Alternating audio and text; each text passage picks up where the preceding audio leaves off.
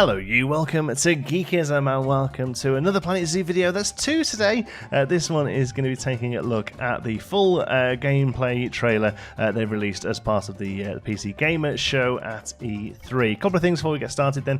One, please go and check out, as soon as you've watched this one, go and check out my other video on Planet Zoo today, because that's the one with all the real juicy stuff. That's the one that all the information I got from Frontier Developments when I went and visited the studio a couple of weeks ago. It's got some animals in it that haven't been shown in this trailer, a few other juicy bits of information.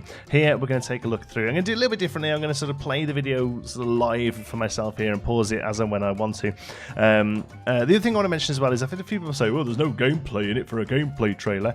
I think maybe in-game trailer would have been a better term for them to use. It basically means this trailer isn't using pre-rendered footage. This is in-engine. It's showing the animals move around in-engine. As far as gameplay itself goes, like I say, I talk about it a bit in my other video, but also on Friday over on the Planet Zoo channel, a video is going to go up on YouTube that's basically sounds like it's going to be the demonstration that I was shown at Frontier a few weeks ago. So if you want to listen to what I'm saying and then you want to actually see that in the flesh, check out the Planet Zoo YouTube channel on Friday for that. This one's more kind of like nice showy images of the animals, but you know what we're like here at Geekies, and there will still be stuff in here that we can glean from screenshots. Okay, so here we go. Let's play it up. So first screen, then we see this again. It looks like the same part that we've seen a few times there. The sort of stately home kind of park. Obviously, it's very dimly lit. It's a morning shot, so we can't really take much from that. But then there we've got. I'm guessing they're hippos. They look like hippos to me. Again, nothing really we can take from that one. Then we've got a little baby cub. Look how cute that looks. One thing I will say about the animals in this game, that each animal has at least 3 models. It has a male, a female, and a child model. That was something we were told on the day. And the baby ones aren't just necessarily like squished down versions of the adult ones. They've got more sort of childlike features, larger eyes, larger ears, things like that, larger paws as well. A lot of animals kind of grow into their facial features and their feet. It looks very sweet, but they're all waking up. Look, there's a zebra waking up, and then we've got a little baby bear running. Look at the little baby bear running. I'll show you him again, look, or her. Hey mom, hey dad. And we've got, oh my god, this baby cub. All the babies in this are most amazing. Isn't that the cutest, most nonchalant, most like melancholy looking little wolf you've ever seen? Fantastic. These are all owls we've already seen. There is footage. There's elephants with a baby elephant. Nice raised path there as well. All looking pretty good. Nice to see the elephants interacting with the water there with some spraying over them. There are animals in this that we haven't seen already. Here is the first one, our first reptile that we've been shown. This is a... Right, so I don't know my animals that well yet. I'm learning for this game, so I'm not 100% sure whether this is an alligator, a crocodile, what kind of one it is, but I know the ones that we were shown in the demo were saltwater crocodiles, so I'm going to guess that these are saltwater crocodiles as well, purely for the reason that I know that is one that's in the game, okay? Giraffes looking pretty good. One thing I will say about the giraffes is you can see a member of staff here in the background. I wish the screen didn't go dim when I paused, but you can see a member of staff in the background sucking something up. You get a better shot of that later on, and then again a real nice vista of that one that we've been shown a few times on screenshots, that park. Here is a really great screenshot. We see a lot of new stuff here, okay? So we can see really awesome windowed fence there. Again, I'm pretty sure that's a draggable fence. You can see a lion playing with... This is one of the first sort of decent shots we've had of a proper enrichment item in the game. These are items you're going to be able to place down. The animals know what to do with them, and they have animations set for them. Scratch and pose, balls, boxes, all that kind of stuff. So that's really exciting. But then from a building point of view, from a builder's point of view, there's some really great scenery here. Again, all this sort of African style. Loving these fence pieces. I'm just trying to see, can we tell if that's looped, and if it is, where it loops? I think they might have cleverly done it there. I reckon that's probably like 9 pieces, because these fences, I imagine, are probably piece by piece fences where you place them down here as well, like you would in Planet Coaster. And then these larger fences are more sort of proper enclosures. I imagine are more sort of click and drag like they are in Jurassic World Evolution. But again, some really great buildings there. Lots of some awesome signage and elephant head there as well. Look for like a gift shop or something. This really excites me. I mean, don't get me wrong, animals look great. This really excites me. Clothes-wise, I think everyone's in pretty similar clothing to how they are in Planco. Maybe the shirts and the hoodies are new. Maybe everyone in Planco kind of wears t-shirts and shorts. I'm not 100% sure. There's a Cosmic Cow logo there on her shirt, so that's one of the brands from Planet Coaster coming across. I think the Planet series is going to sort of carry over brands like Gulpy and Chief Beef and all those kind of things, which is really quite exciting. So we've got some elephants playing around there. Let's have a look. Again, somebody popping in to feed them there. Really great enclosure, but here's a really great example. I talk much more about this in my other video, but here's a really great example of how freeform the actual enclosures can be. No fencing here. There's a bit of fence there that people can come and see through the glass. There's no fencing here. They're using water there and a slightly raised area, because although elephants can swim, they're not going to be able to sort of get up here and climb. So it's a really great way of showing that you can make enclosures out of some really interesting terrain formations and stuff, and it is all completely formed like that. And if animals in the game will know how far they can climb up, and they'll know whether or not they can make it, so you're never going to see an elephant stood on top of here or on top of here. Obviously for other animals you're going to have to be more careful with how you form these together. Interesting that they didn't show the actual animation of the food going in. I imagine it's probably because it just plops in place, which during gameplay is fine, but in a trailer probably doesn't look as good.